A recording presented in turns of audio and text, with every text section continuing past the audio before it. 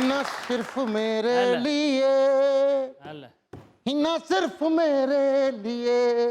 अस्सलाम वालेकुम मैडम। वालेकुम अस्सलाम, जीते रहिए। मैं फ़ैन हूँ आपका मैडम, और आपकी वजह से मेरे घर में लड़ाई भी होती है। मैं आपके ड्रामे देखता हूँ, मेरी बेगम कहती मैं मोटू पतलू देखने। मुझे लिखने का शौक है। अगर आपके पास एक ऐसा माजी है जो आपको खुशी नहीं देता, तो आज से खुशगवार यादों की बुनियाद रखिए। वाह। क्योंकि आपका आज भी बहुत जल्द माजी में बदल जाएगा, और जरूरी नहीं कि माजी जिंदगी भर आपको उदास करे। एक छोटा सा शेर है।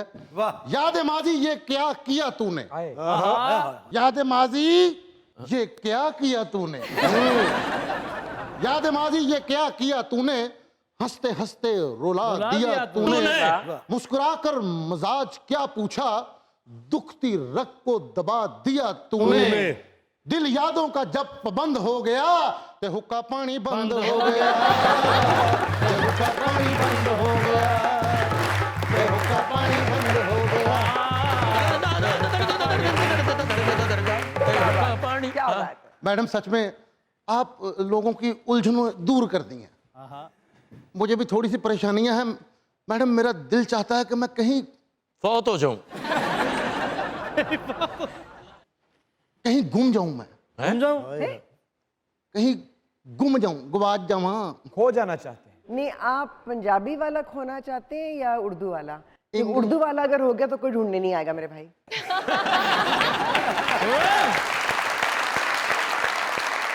और पंजाबी वाला अगर आपने कर लिया, किसी ने चीज उसी खो ली, तो उन्होंने तानू छड़ना भी नहीं है। हाय हाय हाय हाय हाय, वाह वाह वाह, क्या बात। मैडम यकीन करें बड़ा दुखी इंसान हूं मैं। तुम ही है। मैं जब छोटा सा था ना, मेरे अब्बू ने मुझे घर से निकाल दिया और अंदरों कुंडी ला ली। ਇਹਦਾ ਅੱਬਾ ਤੇ ਕਈ ਵਾਰੀ ਇਹਦੀ ਅੱਖਾਂ ਤੇ ਪੱਟੀ ਬੰਨ ਕੇ ਨਹਿਰ ਤੇ ਛੱਡ ਕੇ ਆਇਆ। ਇਹ ਅੱਬੇ ਤੋਂ ਪਹਿਲੇ ਘਰ ਪਹੁੰਚਿਆ ਹੁੰਦਾ ਸੀ।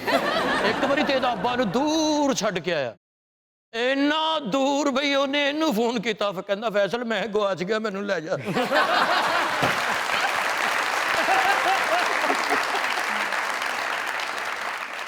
अच्छा, पहले गुफ्तगू तहजीब जाहिर किया करती थी। गुफ्तगू एक तरीकाकार था तहजीब की अक्कासी करने का। अब कहीं सिर्फ बातचीत का तरीका तो नहीं रह गई, या अभी भी तहजीब बाकी है? अब तो गाली गलौज का तरीका रहे। अच्छा नहीं बचा। आप खुद देख लेना। अब तो कोई किसी को गाली ना दे, और पूछ रहा था नाराज हो गया यार। प्यार का इजहार नहीं हुआ। अरे अच्छा दसो ना की फर्क पिया। Social media oh my God. Follow इसीलिए करते हैं कि 4 गालियां देने का मौका मिल जाएगा। तो इससे क्या उनके दिल की भड़ास निकलती है? लगता है मुझे, पता नहीं क्यों इतने जल्ले भुने बैठे हैं सारे। इसलिए मैंने कहा था ना, खुश खुश रहा करें, अच्छा अच्छा सोचे दूसरों के बारे में।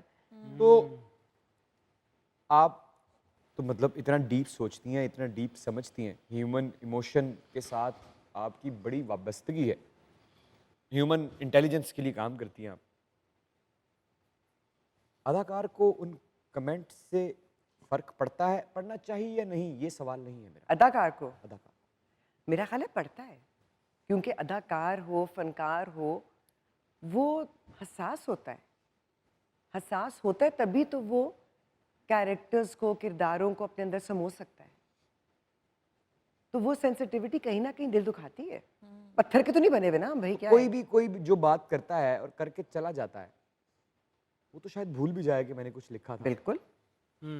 हो सकता है कि उस अदाकार की कुछ रातें या कुछ महीने भी खराब कर दे वो। अगर एक लम्हे के लिए भी उसका दिल दुखा दिया आपने, तो आपको क्या मिला? मतलब नेगेटिव चीज से पॉजिटिव तो कुछ नहीं निकलेगा ना।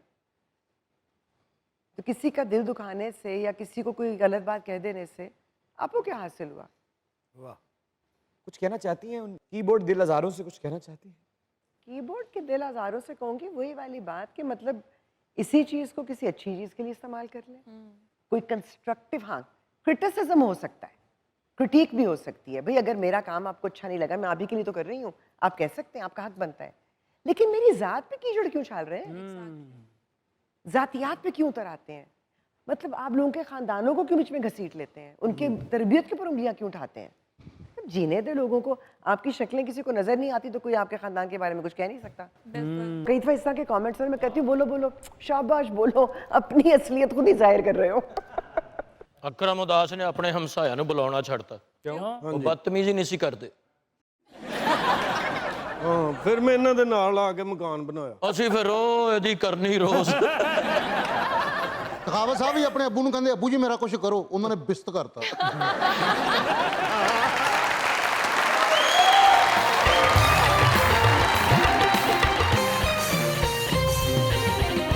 मैडम सच में मुझे समझ नहीं, मैं उलझनों में ही घिरा हूँ कि आज के गाने भी मुझे समझ नहीं आते।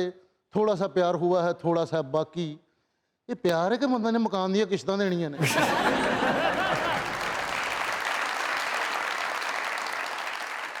सच में मैडम मैं चाहता हूँ कि ਇਹਦਾ ਅੱਬਾ ਫੌਤ ਹੋਇਆ ਉਹਨੇ ਵਿੱਚ ਸਿਮ ਪਵਾ ਲਈ।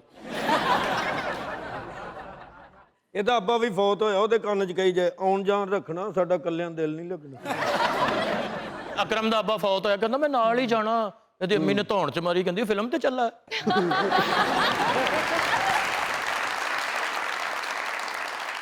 ਤਖਾਵਤ ਸਾਹਿਬ ਵੀ ਕਹਿੰਦੇ ਮੈਂ ਨਾਲ ਹੀ ਜਾਣਾ, ਉੱਠ ਕੇ ਕਹਿੰਦਾ ਪੁੱਤਰ ਮੈਂ ਆਣ ਜਾਣੀ ਕਰਨੀ ਆ।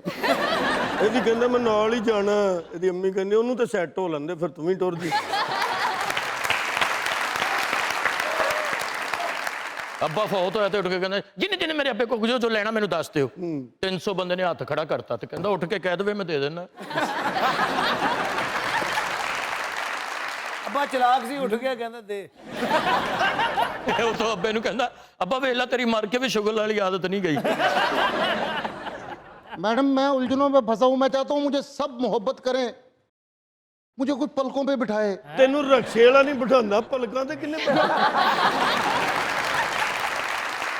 ਉਹਨੂੰ ਖੋਤੇ ਤੇ ਬਿਠਾਓ, ਥੋੜੀ ਦੇਰ ਜਾ ਕੇ ਉਹ ਆਪ ਬਹਿ ਜਾਂਦਾ। ਤੈਨੂੰ ਤੇਰੇ ਅੱਬੇ ਨੇ ਮੋਢਿਆਂ ਤੇ ਨਹੀਂ ਪਾਇਆ, ਪਲਕਾਂ ਤੇ ਭਾਈਏ, ਉਹ ਤੈਨੂੰ ਬਰਾਦਰੀ 'ਚ ਨਹੀਂ ਬਿਠਾਉਂਦੇ ਤੂੰ ਪਲਕਾਂ ਤੇ ਭਾਈਏ।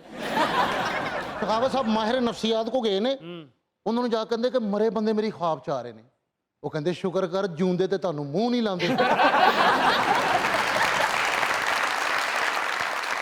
मैडम मैं उलझनों में फंसा हूं कि इंसान जब परेशान होता है, घर वालों से मुंह मारी, परेशानी, खाना पीना बंद, अक्सर उसी दिन ही घर में अच्छी डिश बन जाती है। इसको अल्लाह की तरफ से इशारा समझे। वो अच्छी डिश आपके नसीब में नहीं है। ਇਹ ਫਿਰ ਪਛਤਾ ਕੇ ਕਹਿ ਰਹੇ ਤਾਂ ਡਿਸ਼। मैडम मैं उलझनों का शिकार हूं मैडम, मेरे मसले कुछ वो हल करना चाह रहा हूं कि अगर बंदा सोच सोच के बंदा पागल हो जाता है तो हंस हंस के अक्लमंद क्यों नहीं होता?